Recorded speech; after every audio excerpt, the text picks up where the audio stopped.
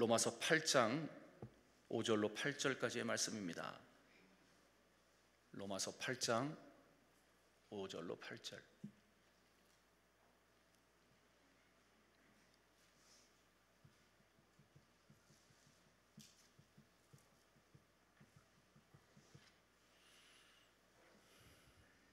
로마서 8장 5절로 8절. 다 같이 우리 합독합니다. 육신을 따르는 자는 육신의 일을, 영을 따르는 자는 영의 일을 생각하나니 육신의 생각은 사망이요 영의 생각은 생명과 평안이니라. 육신의 생각은 하나님과 원수가 되나니 이는 하나님의 법에 굴복하지 아니할 뿐 아니라 할 수도 없습니다. 육신에 있는 자들은 하나님을 기쁘시게 할 수 없느니라. 아멘. 관악구 봉천동에 위치한 해오름교회 최낙중 목사님이십니다. 본문을 중심으로 영의 생각을 따르라 라고 하는 제목으로 말씀을 증거하실 때 축복의 시간, 은혜의 시간 되시기 주의 이름으로 축원합니다. 다 같이 우리 하나님 앞에 영광의 박수를 드립시다. 할렐루야. 할렐루야. 귀한 연보를 드리신 분들이 계십니다. 하나님께 보고하고 축복기도한 이후에 말씀 전합니다. 우리 유승자 권사님께서 마음의 소원을 썼습니다. 정상교 장기정 또 권사님께서도, 최완식 장로님께서, 신수철 장로님께서, 최금수 안수 집사님께서 또 무명으로 바쳤네요. 같이 기도합니다. 살아계신 하나님께 영광을 돌립니다. 먼저 감사 연보를 바치며 마음의 소원을 쓰신 분들이 있습니다. 믿음대로 소원대로 되기를 원합니다. 말씀을 전하고 듣는 이 시간 우리 모두를 진리 가운데로 인도해 주옵시고 증거된 말씀이 잘 박힌 목과 같이 마음판에 박히기를 원하며 좋은 땅에 떨어진 씨앗처럼 백배의 결실을 맺게 하여 주옵소서. 예수님 이름으로 축복하고 기도합니다. 아멘. 우리가 믿는 예수님은 우리 각자의 믿음대로 되게 하신대. 아멘. 그런데 그 믿음대로 되게 하는 것을 다른 말로 말하면 생각대로 되게 하세요. 아멘. 육신을 따르는 사람들은 이제 육신의 일만 생각하고 영을 따르는 사람은 또 영의 일을 생각하는데, 육신의 생각은 사망이고 영의 생각은 생명과 평안이라 이런 말씀을 하셨어요. 네, 똑같은 상황이고 똑같은 사람인데 생각이 서로 다를 수가 있죠. 네, 제가 성지순례를 4번을 다녀왔는데요, 3번째 갔을 때 그 헬몬산 바로 밑에 갈릴리 호수 상단부에 갔을 때 남풍이 불었거든요. 그런데 돛담배들이 어떤 배는 동쪽으로 달려가고 어떤 배는 또 서쪽으로 달려가더라고요. 예, 신기하잖아요. 남풍이 부는데 어떤 돛담배는 왜 동쪽으로 가고 어떤 배는 서쪽으로 가지요? 배의 방향을 정해주는 게 배 뒤에 키가 있어요. 키.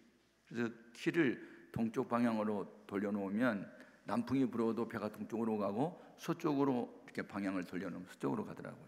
아하, 생각이란 배의 키와 같구나 하는 것을 느꼈어요. 저는 책에서 얻은 어떤 진리보다는 여행을 하면서 그 어떤 현장에서 느끼는 영감, 어떤 영감, 할머니의 반대 영감 말고 인스피레이션이라는 영감을 받은 데가 너무너무 많은 거예요.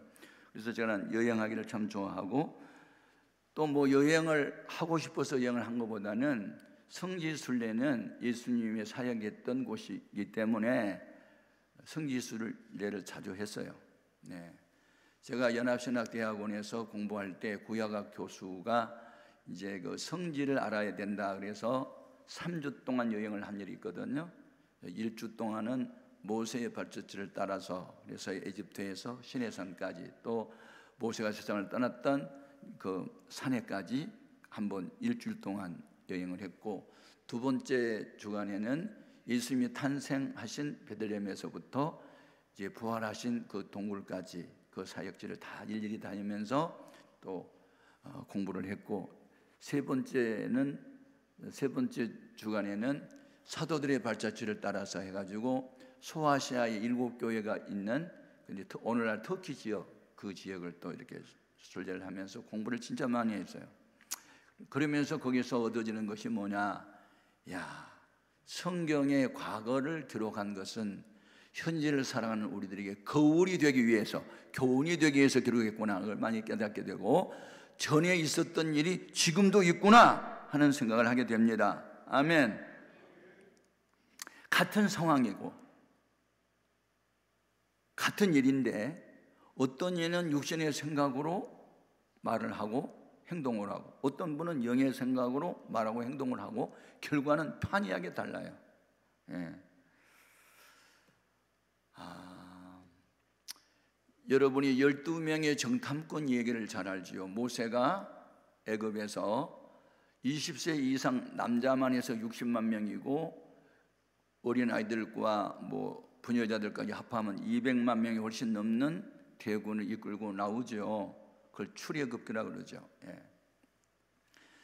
그런데 이제 가데스 바네아에서 모세가 한 지파에서 한 명씩 대표자로 뽑지요. 그래서 가나안 땅을 정복하기 위해서는 우선 정보부터 알아야 되니까 40일 동안 땅을 탐지하고 돌아오라.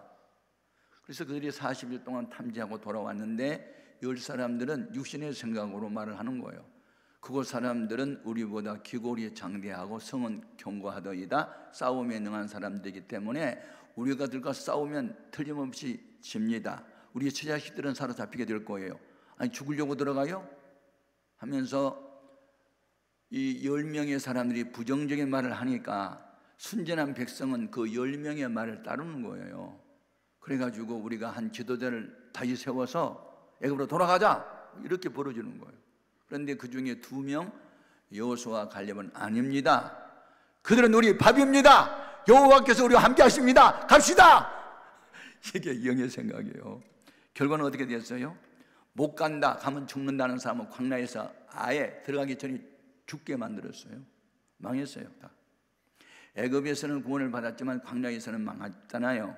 그런데 할 수 있다, 하면 된다, 해보자, 이렇게 긍정적인 영의 생각을 가지고 말한 2사람은 가나안이 주인이 됐고, 결국은 40년 동안 광야 교회에서 모세의 시종이었던 여호수아는 모세의 후계자가 됐고, 갈렙은 사람들이 제일 두려워했던 헤브론에 살고 있는 아낙 자손, 기골이 장대하고 싸움이 능한 분들, 난공불락의 그 성읍, 나중에 그 나이 85세가 됐을 때 지도자 여호수아에게 찾아와서 무슨 말 해요? 40년 전이나 지금이나 내 건강 상태가 양호합니다. 그 헤브론 땅, 아낙 자손이 살고 있는 땅 내게 주소서. 이 산지를 내게 달라고 그러니까 가지세요, 그러잖아요. 그래서 싸워서 이기는 거예요. 아멘. 내 나이가 어때서? 여러분, 나이는 묻지 말고 85세 나이라도 40대 젊은이 같은 건강을 가지고 아낙 자손과 싸워 이겨서 그 땅을 그 자손들이 분배받게 되잖아요. 그러니까 여러분은 언제나 할 수 있다, 하면 된다, 해보자! 그렇게 영의 생각을 가질 수 있기를 바라요. 중요합니다. 제가 그 미국 뉴욕이라는 대도시에 이제 목회자들 한 500명이 모였을 때 제가 이제 세미나를 인도하러 갔는데, 거기에서 점심 식사를 하는 도중에 한 목사님이 물었어요. 혹시 최 목사님, 솔트 라인이라는 말 들어보셨어요? 그렇게 물어보는 거예요. 솔트? 솔트는 영어로 소금이잖아요. 라인? 선인데? 그러면 소금선 무슨 뜻이에요? 내가 물었어요. 그러니까 그 솔트 라인을 아시냐고 나한테 물어보는 거예요. 내가 처음 들은 얘기이기 때문에 솔트라는 단어는 알고 있고 라인은 알고 있는데 솔트 라인을 2개를 겹쳐서 하는 말은 모르겠더라고요. 이게 솔트 라인이 무엇인지 나한테 가르쳐 주는 거예요. 그때가 이제 여름이었거든요. 장마철에. 거기 이제 허드슨 강이 있어요. 이제 장마철에 비가 많이 와가지고 허드슨 강물의 양이 많아지면 이제 바다로, 마지막에는 바다로 흘러가잖아요. 그런데 바닷물과 민물이 만나는 그 경계선을 솔트 라인을 한대요. 그래서 물의 양이 많아서 강물의 힘이 세가지고 쭉 밀면 솔트 라인이 저 안에 가서 형성이 되고, 가물어 가지고 강물이 약하게 되면 바닷물이 쭉 밀고 올라가가지고 저 위에 가서 이 솔트 라인이 형성이 된대요. 그 말 딱 듣는 순간에 또 어떤 영감을 또 받아요? 맞아, 내가 늘 기도하고 말씀 묵상하고 성경만이 읽고 예배 열심히 출석하고 전도 열심히 하고 맡은 일에 충성을 다하면 영역이 강해져서 죄악의 유혹을 꽉 밀어버리지만 내가 세속에 물들거나 육신의 생각에 빠지거나 하면 내 영성이 약하면 이 세속화 되겠네 하는 생각을 또 갖는 거예요. 아멘. 그래서 솔트라인은 일정하게 정해지지 않고 상황에 따라서 변경된다 하는 얘기를 해주는 거예요. 그분은 그냥 자연의 이치를 나한테 말해줬지만 나는 영에 속한 사람이기 때문에 무슨 이야기를 들으면 전부 다 영적으로 해석이 되는 거예요. 맞아, 아무리 바빠도 성경 읽는 시간과 기도하는 시간과 예배 시간은 빠지면 안 되지. 영성이 강하면 세속화되지 않겠지. 이런 것들을 막 물리치겠지. 그런데 내가 바쁘다는 이유 때문에 하여튼 육신의 생각으로 빠져가면 나도 그냥 점령을 당하겠네 그런 생각을 하면서 영적인 솔트라인이 내 안에도 있다 하는 생각을 갖는 거예요. 아멘. 여러분, 성령을 받았다고 해서 곧바로 천사처럼 된 게 아니에요. 우리가 성령으로 거듭나면 갓 태어난 어린아이와 같고 청소년기를 거쳐서 장년에까지 자라야 되는 것처럼요, 우리 믿음도 자라야 돼요. 그래서 은혜 위에 은혜를 받고 믿음의 믿음으로 자라나야 될 줄로 믿습니다. 믿음의 믿음으로 자라나야죠. 로마서 1장 17절에 보면 믿음으로 믿음에 이르게 하나니, 요한복음 1장 16절에 그의 충만해서 받으니 은혜 위에 은혜로라. 아멘. 스텝 바이 스텝으로 계속해서 발전해 나가야 되는 거예요. 그렇지 않으면 우리가 세속화 되는 거고 넘어지는 거예요. 제가 11개 하 5장을 읽다가 한참 동안 머물게 돼요. 영에 속한 생각으로 출발했던 사람이 갑자기 육신의 생각에 매여서 죄를 짓더니 나중에 다시 영에 속한 생각을 또 가져서 해결받네. 누구겠어요? 나아만 장군 이야기죠. 나아만 장군이 그 주인 앞에서, 즉 아람 나라 왕 앞에서는 크고 존귀한 자였어요. 왜냐하면 승승장구했고 나라에 위대한 공을 세웠기 때문에 나아만 장군은 왕으로부터 총애를 받았고 백성들도 그를 좋아했고 많은 예물도 갖다 주고 소위 말하면 출세한 사람이었어요. 성공한 사람이었죠. 그런데 불행하게도 그는 나병에 걸렸죠. 그런데 이스라엘과 아람 나라 국경선에서 이스라엘 계집아이를 하나 잡아와 가지고 그 아이를 식모살이 시킨 거잖아요. 그런데 이 아이가 전도해요. 우리 주인 아저씨가 우리나라 사마리아 성에 가면 엘리사라는 선지자가 계시는데 그분은요 나병을 고치는 분이에요. 이렇게 복음을 전하는 거예요. 복음이 뭐예요? 큰 기쁨의 좋은 소식을 전해줘요. 그러니까 주모한테 이걸 전했는데 주모가 그 말을 듣고 자기 남편에게 또 이야기하는 거예요. 저 계집아이가 그러는데 사마리아 성에 가면 당신의 병을 고치는 사람이 있대. 한번 가봐. 그때 그가 영의 생각을 갖고 그가 집을 떠날 때 예물을 얼마나 많이 가져오는지 열왕기하 5장 5절에 보면 은 10달란트, 금 6,000개, 의복 10벌. 제가요 이거 생각을 해보니까 어마어마하더라고요. 금이 한 개가 1돈이라면 6,000개면 6,000돈이면 요즘에 금값이 많이 올랐거든요. 뭐 4만 원만 잡더라도 6,000개면 얼마요? 와, 이분은 뭘 깨달았어요? 건강의 보배야. 재물 많아 못해 나 죽은 후에 안고 가니 찌고 가니 헛수고로다. 빈손 들고 왔으니 또한 그같이 빈손 들고 갈 것이 명백지 않아. 그걸 깨달은 거예요. 건강이 최고야. 이 돈 많으면 뭐야 소용없어. 만약에 내 문둥병만 고쳐져봐라 다 주겠다. 그리고 몽땅 가지고 오잖아요.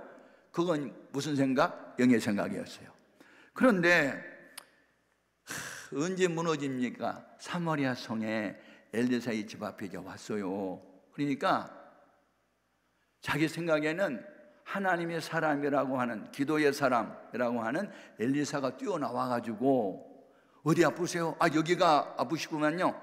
우리 여호와 하나님께 기도합시다. 그리고 상처 위에 손을 얹어놓고 여호와여 고쳐주옵소서 하고 기도 인솔하는데 엘리사는 코빼기도 안 보이고 한 젊은 청년이 하나 나오더니 내가 섬기는 주인 선생님이 말씀하셨는데 그 문둥병 고치려면요 저 요단강에 가서 7번 몸을 씻으면 나는데요. 가봐요. 그러니까 자존심이 상한 거예요.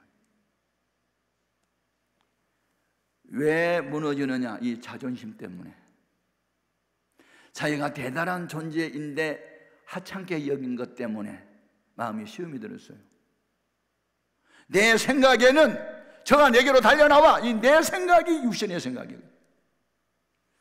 여러분이 교회 생활할 때 여러분의 생각대로 말하고 생각대로 행동하지 말고 하나님 말씀에 기록되었으니 나는 이렇게 한다. 요한복음 6장 63절에 내가 너에게 전하는 말이 영이요 생명이니 듣는 자는 살아나리라 했으니 우리는 말씀에 의지하여 순종을 해야지 왜 내 생각으로 말을 하냐고. 이게 시험이 들었어요. 예? 우리나라에 다메섹에 있는 그 강물들은 얼마나 아바나 강과 바르발 강은 깨끗한데 이스라엘 나라 강들은 뿌옇고 구정물처럼 생겼는데 내가 그곳에 가서 몸을 담고 야쌍 그러면서 화를 내고 돌아서잖아요. 우리는 자신감으로 살지 말고 자존감으로 살자. 그 말이 그 말 같지만 그 말이 아니로다. 자신감은 남보다 더 많이 배우고 남보다 더 많이 가졌고 남보다 더 높은 주위에 있고 인기가 대단한 존재고 그런데 이런 사람에서 자신감이 강하죠. 나는 남보다 키가 크다, 힘이 세다, 전쟁에 내가 능하다, 나 덤빌 사람 있으면 나와봐, 뭐 이런 자신감이 있는 골리앗 장군처럼 말이죠. 근데 자존감은 뭐냐면 세상 사람 날 부러워하니 하여도 나도 역시 내까지 것들 부럽지 않다 이런 거예요. 아멘. 온 세상 날 버려도 주 예수 안 버려. 이게 자존감이에요. 아멘. 세상을 보며 사람을 보니 받은 것은 상처다. 나의 하나님 주님을 볼 때 나는 새 힘을 얻는 거요. 이게 자존감이라고 그래요. 아멘. 자기의 존재 가치를 하나님이 귀하게 여긴다. 그러므로 사람들은 나를 하찮게 봐도 하나님 나를 귀하게 여긴다. 그게 자존감이라니까요. 남이 갖지 못한 장관 자리에 나를 가졌는데 나를 우습게 봐라? 나를 장관으로 대접을 하지 않고 환자로만 취급을 해? 그러니까 자신감이 상한 거예요. 그래가지고 화를 번쩍 내면서 야 돌아가자 쌍 하면서 말고삐를 돌이키잖아요. 그때 같이 동행했던 수행원들, 부하 직원들이 내 아버지요, 선지자가 문둥병 고치려면 더 어려운 것을 하라고 해도 순종해야 할 텐데 한 7번 몸 씻으라는 게 뭐 어려워요? 가야 되지 않겠어요? 그 말에 정신이 반짝 난 거예요. 그때 자기 자신을 본 겁니다. 내가 장관의 자격으로 오는 국빈이 아니지, 내가 환자 앞에 나타나는 의사 앞에 나타나는 환자지. 그러면 의사가 병 고치려면, 아니 환자가 병을 고치려면 의사가 말한 대로 따라야 되는데 내가 착각했네? 정신이 번쩍 났어요. 그래서 영의 생각으로 출발했다가 육신의 생각으로 시험 들었다가 다시 영의 생각으로 돌이켰어요. 그래서 하나님의 사람이 말한 대로 요단강에 가서 7번 몸을 잠그니 그 몸이 어린아이의 살처럼 여전한 살로 회복이 된 거예요. 아멘. 제가 그 11개하 5장을 읽으면서 참 은혜를 받은 게, 아니 그 많은 예물을 가지고 와서 이제 문둥병 고침 받으니까 고마워서요, 이물을 가지고 와서 좀 받으라고 하니까 엘리사가 안 받잖아요. 안 받은 이유 아세요? 사람은 돈에 약한데 좋은 의복 한 벌에 한 1,000만 원 가는 고급 옷을 가져왔을 텐데 그거 다 안 받잖아요. 은도 금도 아무것도 안 받잖아요. 왜 안 받아요? 나 같으면 받을 것 같은데 왜 안 받지? 네. 누가 돈 주면 되게 좋던데. 이유가 있어요. 그때 당시에 아람 나라 군대는 세계 최강의 군대였고 아람 나라 군대가 가는 곳에 늘 승리만 있었어요. 그러니까 우리나라 이스라엘은 아람 군대보다 더 강하신 여호와 하나님이 지켜 문둥병을 고치는 여호와가 우리 편이야. 그러니 깔보지 마. 문둥병을 고치는 여호와가 우리나라를 지켜 그거 알려주기 위한 거고, 또 하나는 은혜는 돈으로 사는 게 아니야. 그거 깨우쳐 주는 거예요. 아멘. 하나의 깨달음을 얻게 하기 위해서 엘리야가 받지 않아요. 오늘날 돈의 눈이 어두워진 사람들은요 그냥 받을 수 있어요. 그런데 엘리사의 삶의 의미와 가치와 목적은 오직 하나님 영광이야. 하나님이 기뻐하지 않으면 나는 안 해. 하나님이 기뻐하면 나는 해. 너무 단순한 논리로 신앙생활을 했고 사역을 했지 인간의 수단 방법 육신의 생각으로 절대 살지 않았어요. 우리는 성경에 나오는 인물들을 연구하면서 그리고 바라보면서 나는 어떠한 삶을 살아야 할까 늘 생각해야 될 줄로 믿습니다. 아멘. 그러면 우리가 영의 생각을 따르기 위해서는 어떻게 해야 될까? 방법이 있어요. 성경에 그 방법을 가르쳐 줬는데 우리 믿음이 자라나야 돼요. 아멘. 사도 바울도 아나니아에게 안수받을 때 성령 충만 받았잖아요. 근데 곧바로 사도 바울이 된 게 아니잖아요. 그는 다소라는 고향에 가서 초야에 묻혀가지고 근신하면서 기도 생활하고 있을 때 나중에 안디옥에 바나바가 불러와서 그때부터 이제 오기 시작해 사역이 시작됐지 처음부터 한 게 아니에요. 그리고 그가 로마서를 썼는데 로마서 7장 그 끝 무렵을 읽어보면 자기 간증에 나와요.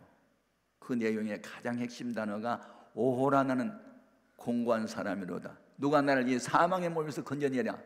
내가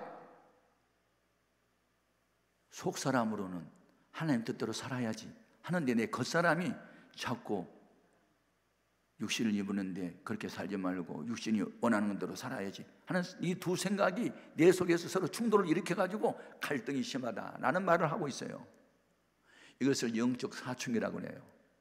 성령을 받아도 육신을 입고 이 세상을 살아가는 동안에는 끊임없이 육신의 욕구가 충동을 일으키고 하나님의 뜻대로 살고 싶은 마음이 하나 있고 그래도 사람인데 육신을 입었는데 오늘만 날이냐 내일도 날이지 오늘 이런들 어떠하리 저런들 어때하리 하면서 그런 유혹에 넘어가려는 육신의 생각이 있단 말이에요. 누구나 신앙 성장 과정에서 이 과정을 다 경험을 하게 되는데 영적인 사춘기가 뭐예요? 어른도 아닌 것이 어른 대접 받기를 원하고 어른도 아닌 것이 어린아이 취급하면 자존심이 상하고 그게 청소년기가 그게 갈등의 시기잖아요. 이것도 아니고 저것도 아닌데 이 신앙 성장 과정이 있어요. 그래서 에베소서 4장 14절에 보면 이는 우리가 이제부터 어린아이가 되지 아니하여 사람의 속임수와 간사한 유혹에 빠져 온갖 교훈의 풍조에 밀려 요동하지 않기 위해서는 자라야 된다는 거예요. 어느 정도 그리스도 예수님의 수준까지 자라야 된다는 거예요. 아멘. 그래서 여러분 자식이 자신을 위해서 기도할 때 내 믿음과 신앙 인격이 이전보다 더욱 자라게 하소서. 아멘. 은혜 위에 은혜를 믿음 위에 믿음을 더하여 주옵소서. 기도해야 될 줄로 믿습니다. 아멘. 어린아이처럼 되어야 할 것이 있고 어린아이처럼 되어서는 안 될 것이 있어요. 우리 예수님이 마태복음 18장에서 한 어린아이를 불러 세워놓고 천국의 모델로 제시하면서 너희는 돌이켜 이 어린아이 같이 되지 않으면 결단코 천국에 못 간대요. 거기서 말한 어린아이는 순진성, 정직성, 의뢰성 이 세 가지를 강조하기 위해서 어린아이처럼 되라고 했고 에베소 4장 14절에서 어린아이처럼 되지 말라는 것은 영적인 수준을 말한 거예요. 어린아이는요 쭈쭈바 하나의 유혹당해요. 미혹당하는 거예요. 세상 풍조에 요동치는 거예요. 신앙생활 적당히 하고 싶은 거예요. 여러분 박해는 아무나 받나요? 말씀대로 살려고 하다 보니까 박해도 받는 거지. 그런데 사람이 당하는 고난이 세 가지가 있는데 그 중에 최상급의 아름다운 고난은요, 선한 일을 위해서 고난 당한 것이 하나님의 뜻이래요. 베드로전서 3장 17절에 선한 일을 위하여 고난 당한 것이 하나님의 뜻이라는데 왜 고난을 무서워하면서 적당하게 살아요? 죽으면 죽으리라고 그 길을 가야지. 그래서 여러분, 우리가 영의 생각을 따르기 위해서는 믿음이 자라야 된다. 어느 수준까지? 그리스도 예수님의 수준까지 자라야 되는 거예요. 우리 예수님은 우리가 믿음의 주요 온전케 하신 예수를 바라보자. 그는 그 앞에 있는 즐거움을 기뻐하는 일을 위해서, 즉 부활과 승천을 위하여 앞에 있는 수치의 고난의 십자가를 개의치 아니하시고 부끄러움도 죽음도 개의치 아니하시더니 나중에는 부활의 영광을 차지했고 하늘나라 영광의 보좌에 앉게 된 거예요. 그래서 서양 격언의 기독교 국가에서는 No cross, no crown을 외치는 거거든요. 십자가가 없으면 부활도 없다. 아멘. 그리스도 이름으로 성공한 사람들의 공통점이 뭐예요? 눈물을 흘리면서 씨를 뿌리더니 기쁨의 날 거두네 하는 게 간증이잖아요. 여러분에게 이 같은 간증이 있기를 바랍니다. 아멘. 예. 믿음이 자라는 사람은요, 말씀에 의지하여 순종합니다. 자, 우리 예수님께서 시몬을 제자로 선택한 장면이 누가복음 5장에 기록되어 있어요. 그래서 그 시몬을 비롯한 여러 친구 어부들이 밤새도록 고기를 잡으려고 갈릴리 호수에 가서 그물을 던졌는데 고기가 잡히지 않았죠. 그때 우리 예수님이 이른 아침에 그 해변가에 가셔서 베드로의 배를 빌려 타시고 말씀을 한참 전하신 이후에 시몬에게 이르기를 깊은 데로 가서 그물을 내려 고기를 잡으라고 말해요. 말씀을 하기 전에 곧바로 그 말씀을 하면요, 베드로가 순종할 사람 아니에요. 말씀을 다 마치신 이후에, 그 말은 말씀을 듣는 중에 믿음을 얻은 거예요. 아멘. 이분의 이야기를 가만히 듣고 보니까 보통 분이 아니네. 우리 유대교 선생들하고는 다르네. 이론적 지식으로만 전한 게 아니고 이분의 말씀에 권세가 있네. 이분의 말을 들으면 뭐가 될 것 같아 하는 믿음을 얻은 거예요. 그래서 그가 뭐라 하면서 순종해요? 선생님, 우리가 밤이 맞도록 수고를 하여서도 얻은 것이 없지만은 말씀에 의지하여 내가 그물을 내리이다 하고 그리한즉 그물에 걸려든 고기가 너무 많아 자기 혼자 힘으로 끌어올릴 수가 없어서 동무들에게 도와달라고 선진하여 그들이 함께 끌어올려 보니 2배에 가득 채워졌더라. 아멘. 말씀에 의지하여, 이게 중요합니다. 여러분의 생각에 의지하여가 아니고, 그래서 주님을 따르기 위해서는 늘 자기를 부인해야 돼요. 나를 항상 버리고 주를 따라가겠네. 아멘. 이 신앙생활은 뭐냐면 주님을 따라가는 건데, 예수님을 따르기 위해서는 전제 조건이 뭐냐면 자기를 부인하고요. 예? 자기를 부인하고. 그러니까 육신대로 살지 않고 영을 따라서 살려고 하는 사람은 성령의 무슨 감동이 오면요, 아멘하고 순종을 해요. 그러다 보면 성령의 감동이 없는 육신에 속한 사람들은 그 사람을 이렇게 미쳤다라고, 비정상적인 사람이라고 욕을 할 수 있어요. 근데 그런 말을 듣고 신앙생활 하는 사람이 바르게 하는 거예요. 제가 목회를 하면서 우리가 이제 교인이 80명에서 100명 정도 모였을 때, 남이 2층에 세를 들어 이제 있을 때거든요. 그때 땅을 샀어요. 성전을 건축하려고. 그리고 180명에서 200명 정도 모였을 때 약 400명이 들어갈 수 있는 예배당을 지었거든요. 그런데 제가 개척했던 장소가 서울 봉천동 158번지 그러면 빈민촌으로 유명한 곳이에요. 서울 시내에서 사업을 하다가 망하고 빚지고 오갈 데 없는 사람이 모여 사는 판자촌, 무허가 판자촌, 빈민촌이에요. 그래서 그때 당시에 봉천동에 사는 사람들이 하는 말이 여자 없이는 살아도 장 없이 못 산다라고 하는 말이 바로 봉천동에 사는 사람들이었어요. 하도 이 버스가 가는 도로에 비포장 도로니까 장마천에 웅덩이가 있고 버스 바퀴가 지나가면서 뭐 흙탕물을 튀기니까 그래가지고 못 사는 동네가 바로 그 동네에서 제가 이제 천방을치 교회를 개척했기 때문에, 그러나 경제적으로는 가난병이었지만 영적으로는 부자였어요. 이게 중요합니다, 여러분. 아멘. 서문화 교인처럼 여러분 경제적으로는 가난해도 영적으로 부유한 사람이 영의 생활을 따르는 거예요. 그때 당시에 일어났던 기적을 다 말할 수는 없지만 혹시 이곳에 개척하는 목회자가 혹시 계시면 힘을 얻으시라고 제가 간증을 또 할게요.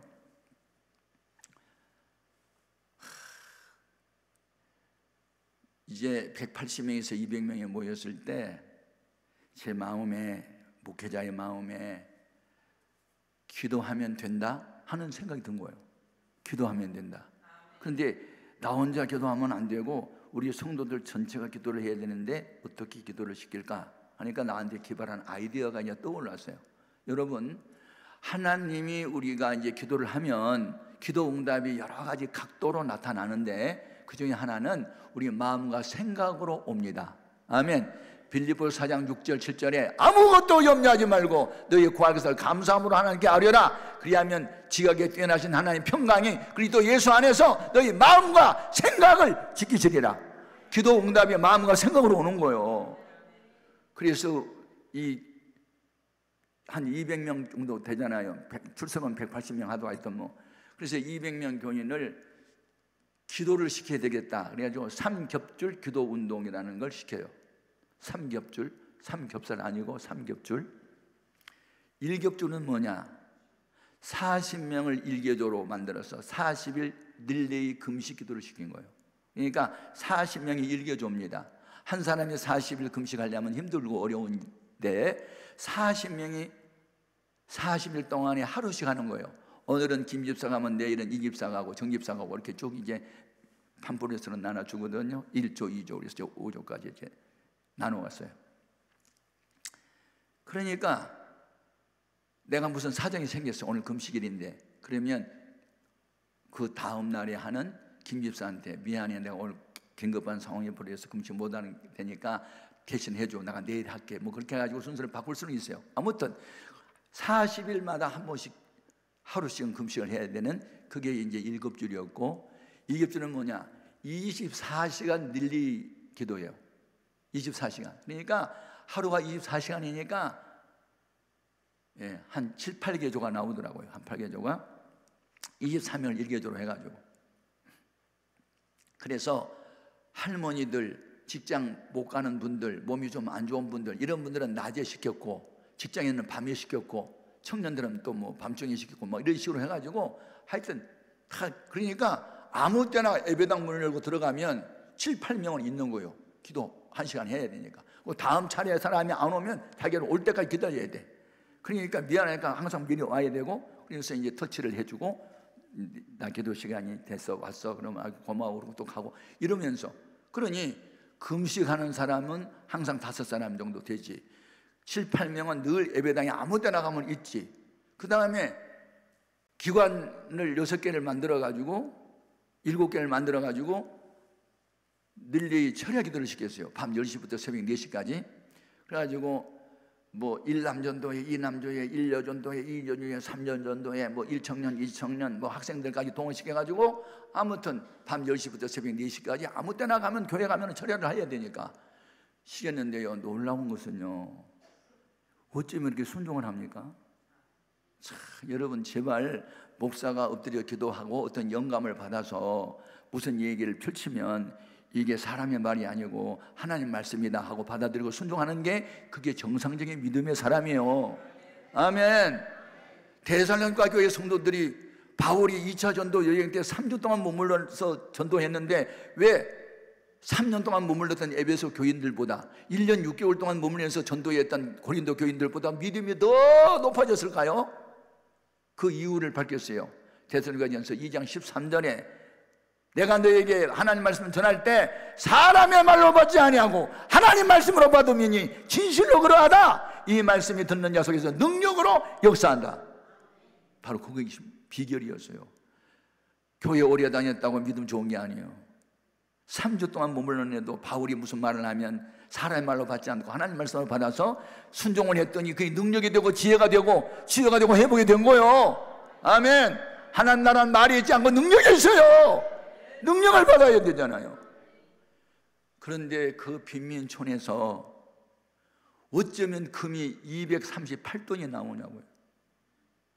결혼할 때 남편이 결혼 기념으로 해줬던 금반지 뺏어 바쳤고, 큰아이 100일 돌잔치 들어온 반돈짜리 금을 뺏어 바치고, 제가 그때 감격했어요. 이게 하나님이 기뻐한다. 이스라엘 백성이 광야에서 성막을 할 때 애굽에서 가지고 나온 금부채를 다 빼서 갖다 바치더니 우리 성도들이 가난뱅이만 모였어도 금을 갖다 바치네. 눈물이 나더라고요. 예. 그때 바로 참 우리 교회 청년들이요, 바치고는 싶은데 돈이 없잖아요. 그러니까 낮에는 직장 가고 밤에 겨울에 찹쌀떡 메밀묵 하고 그거 팔러 다니는 거예요. 왜? 건축을 하고 싶어. 눈물 나는. 어느 집사님이 한 번 와가지고 축복기도를 해달래. 보따리 이만한 거 갖다 놓고. 뭐 하려고요? 제가 지금 동대문 시장 다녀왔어요. 뭐 하려고요? 옷장서 좀 해가지고 건축원금 바치고 싶어서요. 그러니까 옷 많이 팔리게 기도 좀 해주세요. 그래서 내가 또 얼마나 뜨겁게 기도를 해줄게. 그래서 이제 일주일 지난 뒤에 궁금해서 물어봤잖아요. 편집사님 몇 개나 팔았어요? 안 팔려요. 아니 내가 눈물을 흘리면서 축복이 돼서 뭐가 팔려야 되는 게 정상인데 안 팔린대 글쎄. 그래서 내가 그 다음날 새벽에 나가서 주님 안 팔린대요. 목사가 축복했는데 안 팔리면 돼요? 아니 기도는 자기가 했는데 내가 왜 해야 되는 거지? 기도를 해서. 그런데 그 다음에 또 물어봤어요. 몇 개나 팔았어요? 아니 집집마다 다니니까요 문을 안 열어줘요. 그래서 안 팔렸고요. 그래서 어느 시장에 가가지고 판을 벌리고 있었더니 경비 아저씨가 와가지고 누구 허락 받고 여기서 판을 벌리냐고 발길로 차가지고 또 도망 다녔어요. 그러는 거예요. 아니 건축원금 바치고 싶어서 보따리 양산 시작했는데 안 팔린 거예요 이게. 그래서 또 다음 주간에 또 월요일부터 가가지고 주님 안 팔린대요. 발로 걷어찼대요. 어쩌면 좋아요. 그리고 또 이제 보고 했더니 야, 그 사람은 장사 은사가 없어. 그러니까 장사 시키지 말고 그 남편이 관악구청의 청소부 아저씨잖아. 그러니까 내가 좋은 장소에 돈 많은 부자 동네에 배정을 해 줬으니까 그곳에 가면 고물이 많이 나와. 쓸만한 가구 같은 것도 막 옷 같은 것도 막 내버리니까 그거 남편이 하기 힘드니까 가서 도와주라게. 그 생각이 드는 거예요. 그래서 편집사님 이리 와봐. 장사는 당신은 은사 없는 것 같아. 하지 말고 남편이 하는 거 도와줘리니까 뭘 도와줘요. 남편이 새벽마다 가가지고 쓰레기 뭐 그런 거 수거할 때 가서 도와줘 그랬더니 알았어요. 한 2주 만에 그냥 때려 치워버리고 그리고 이제 그걸 했는데요. 와, 쓸만한 가구 나오지, 입을 만한 옷 같은 거 나오지. 이걸 되파는데요 수입이 얼마나 많았는지 보수보다도 더 많아. 그래가지고 이분이 건축물을 또 많이 바친 거예요. 여러분 하여튼 목사가요 눈물 흘려 기도하면요 됩니다. 아멘. 그리고 더 중요한 것은 우리 편집사 같은 난쟁이 집사님이 옷장사라도 해가지고 건축물을 바치겠다는 그 열정이 얼마나 대단합니까? 바로 그때입니다. 중학교 3학년 김은실이라는 아이가 자기 엄마가 22살 때 이제 자기 하나를 임신한 상태에 있었는데 아빠가 세상을 떠났어요. 그러니까 홀로 된 몸인데 재갈 안 하고 은실이 하나의 희망을 걸고 살아요. 그러니까 어머니도 대단한 분인데 그때 그 은실이 엄마는 교회를 나오지 않았고 다방에서 일을 하고 있었어요. 그리고 술 담배 많이 하고 막 남자들하고 막 맨날 만나고 그랬던 사람이요. 그러니까 은실이가 건축물을 바치고 싶은 게 돈이 없어요. 그런데 엄마가 야, 이 용돈이야 아껴. 그리고 3년 동안 아끼면 네가 고등학교 들어갈 때 그 교복 하나는 맞출 수 있을 것 같아. 그러니까 알았지? 엄마 알았어. 그리고 이제 엄마가 준 용돈을 돼지 저금통에다가 넣고 넣었어요. 이제 뭐 100원짜리 10원짜리 자꾸 넣었어요. 그런데 성령의 감동이 오기를 바치고 싶은데 자꾸 돼지 통장이 왔다 갔다 해. 그러니까 이걸 그냥 털어가지고 바쳤는데 18만 7천 원이야. 18만 7천. 대단히 많은 돈인데 아직 3년 동안 모았어요. 근데 그것을 건져놓고 바치는데 내가 눈물이 또 나더라고요. 이건 돈 많은 부자가 1억 8,500만 원을 바친 것보다 더 크다는 생각이 든 거예요. 그래서 막 이제 기도를 했는데 나중에 엄마한테 들켰어. 엄마가 정통을 들어보니까 비어 있으니까 야 이거 왜 돈이 다 어디 가고 없어? 그러니까 엄마 미안해, 내가 건축원금을 받으니까 야 이 썩을려나 막 그러면서 그때부터 욕을 퍼대기 시작해가지고 화가 잔뜩 나가지고 술을 마셨네.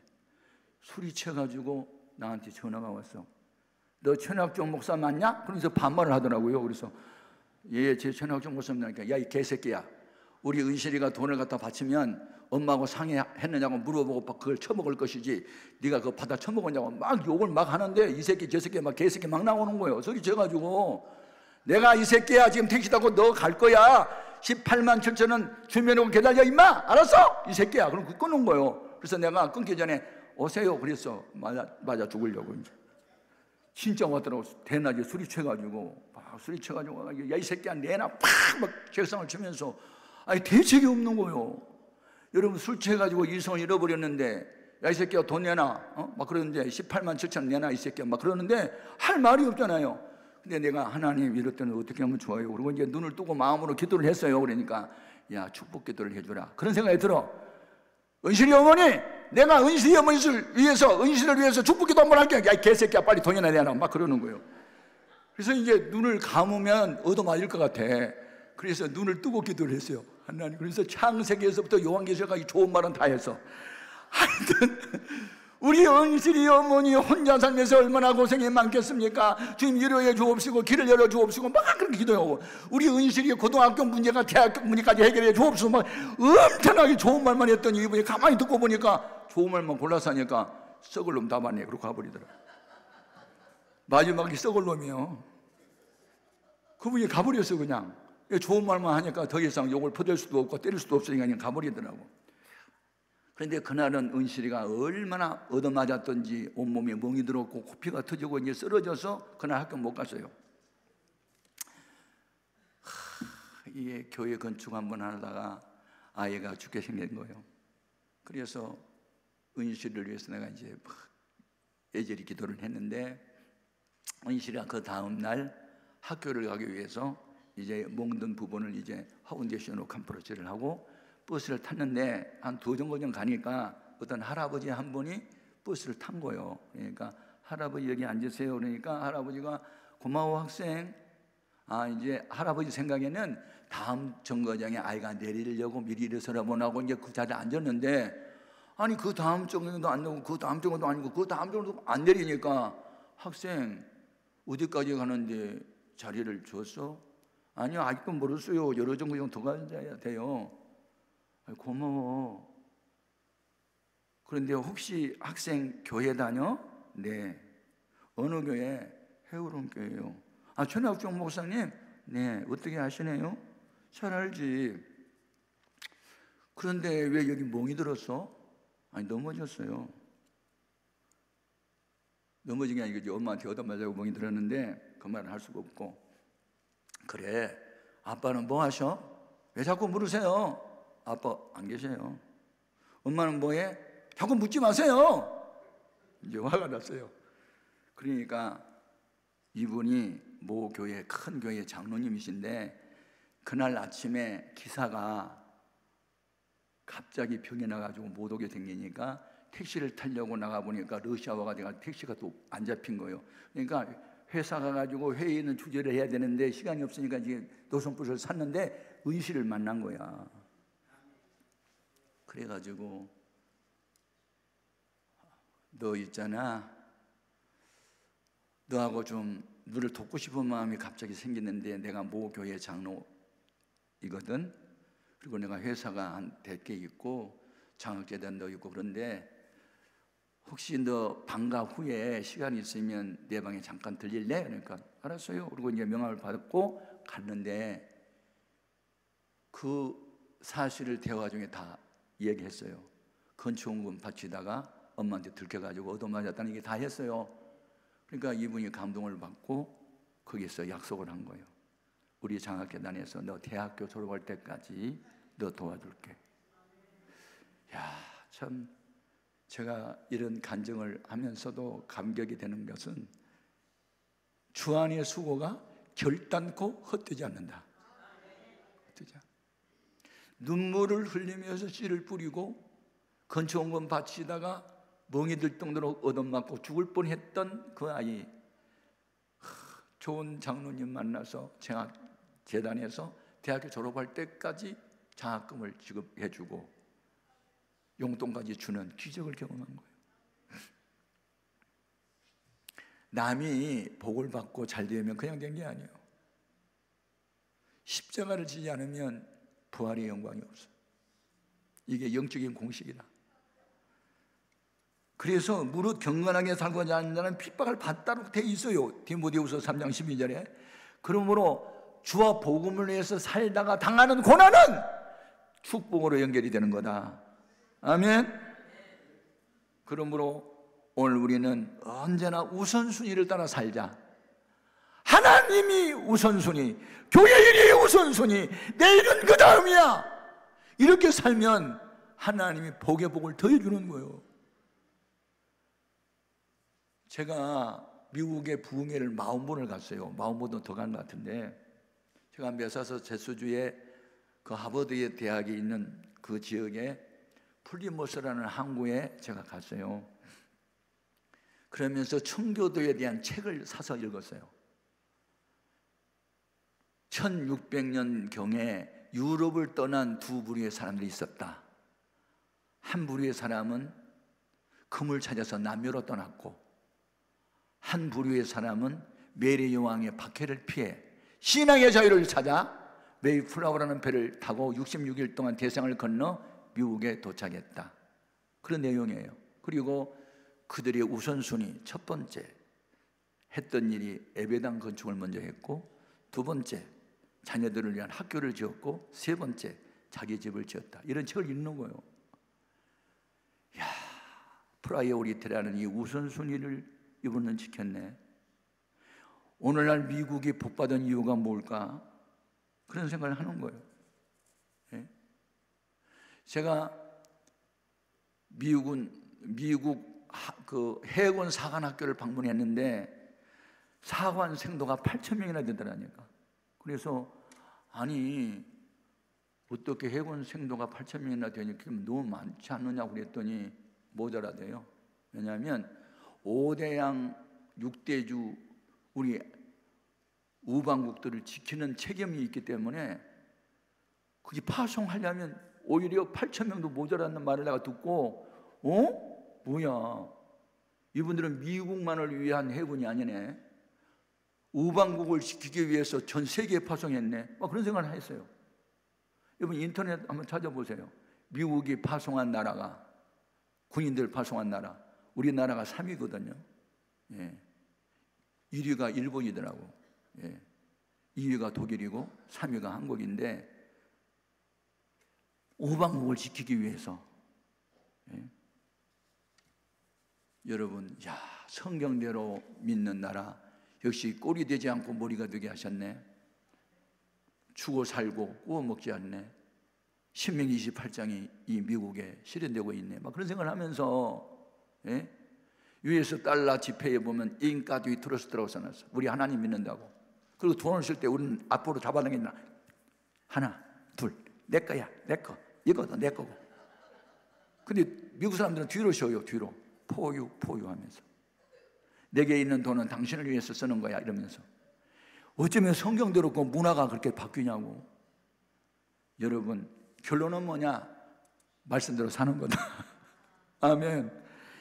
야, 미국이 1963년도에 모든 국공립학교에서 성경이 교과서의 넘버원이었거든요. 그 전까지만 해도. 근데 종교는 자유라는 물길이 들어오면서 우리는 기독교 국가라고 하지 말고 종교다원주의를 따르자, 모든 종교를 인정하자, 그러면서 모든 국공립학교에서 성경 공부를 폐지시킨 거예요. 그리고 2015년 6월 26일 날 동성애법이 통과돼요. 그러면서 미국이 서서히 퇴색되어 가고 있구나 하는 생각을 하면서 우리 대한민국이 이제 미국처럼 되어야 된다는 생각을 또 하는 거예요. 아멘. 세계 여러 나라를 다녀봐도 새벽 기도를 한국처럼 많이 하는 나라가 없고 금식 기도원이 한국처럼 많은 나라가 없어요. 아멘. 세계에서 가장 선교사 많이 파송한 나라가 미국인데 인구가 3억 2천이나 됐는데 우리는 지금 5,100만 밖에 안 되거든요. 그런데도 지금 거의 미국에 2만 7천 명이 지금 선교사가 나가 있어요. 그러니까 인구 비율로 따지면 대한민국이 선교 제1위요. 야, 하나님이 우리나라 버리지 않아요. 이민 갈 생각하지 말고 좀 나라에 충성하고 교회 봉사하고. 아멘. 예. 여러분, 미국의 시민권보다 천국의 시민권이 훨씬 낫고 대한민국에서 금식기도원에서 기도하고 간구하고 말씀대로 살아가는 게 최고요. 아멘. 결론은 뭐냐? 영예성을 따르려면 말씀을 따라 살자. 그리고 목사님을 신뢰하자. 여러분, 담임 목사님이 어떤 상황이 있어도 엎드려 기도하다가 교회를 위해서 전도해야 됩니다, 이렇게 합시다, 그러면 아멘하고 따라가십시오. 아멘. 그러면 복은 여러분이 받게 될 줄로 믿습니다. 여러분, 신앙생활은 단순한 거고 복잡하지 않습니다. 머리가 영리하고 많이 배운 사람이 교회에 충성한 것도 아니고 돈 많은 사람이 헌금 많이 해서 교회가 된 것도 아니고 18만 7천 원 바쳐도 이런 엄마한테 맞아 죽을 뻔했던 은실이 같은 아이가 있기 때문에 교회가 되는 거고 건축이 되는 거고 하나님이 영광을 받으시고 앞날이 또 열리는 거고. 아멘. 여러분, 오늘날 우리 기도 제목이 있어요. 성령을 따라 행할 수 있는 믿음을 나에게 주옵시고 육신의 생각을 절대로 따르지 않게 하여 주옵시고 영의 생각만 따라 살게 하여 주옵소서. 자, 주의 이름을 3번 부르고 뜨겁게 기도합니다. 주여!